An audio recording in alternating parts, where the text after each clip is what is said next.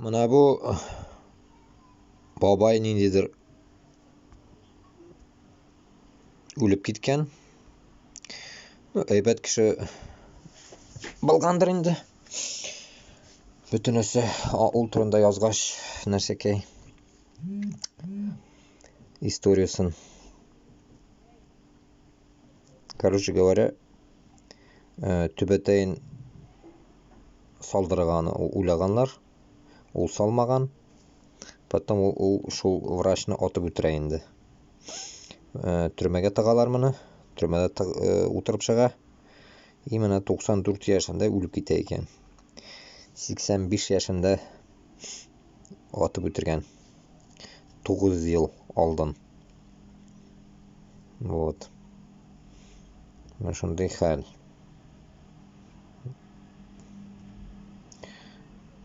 Үзенә сүзен тоткан инде. Түбәтәйне башыннан салмаган.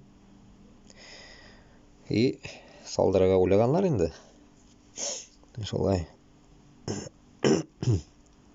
Кешене на месте казнить иткән за это. Принциплы кеше булган инде. Но бездә шундыйлар бар микән әле? Татарстанда бу булган бу хәл. Башкортстанда, Татарстанда калды микән шундый принциплы кешеләр, которые урыска каршы чыга? Украинга каршы түгел, урыска каршы чыга торганнар калды микән, бар микән? Менә шул Мисбах бабай кебек. Мисбах Сахабуддинов 94 яшендә үлгән. Менә Аллаһ Тәгалә анарга шундый озын гомер биргән әле. Так что уйланырга, наверное, яшьләргә, татар белән башкорт яшьләренә уйланырга кирәк.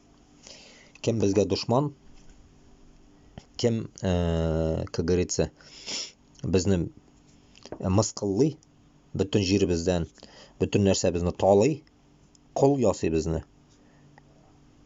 Шуның өчен без урыска каршы чыгарга тиешбез. За всех предков, за всех то, что произошло дөньяда.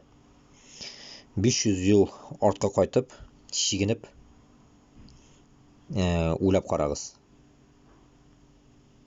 Безне кулда замананы үзгәртергә.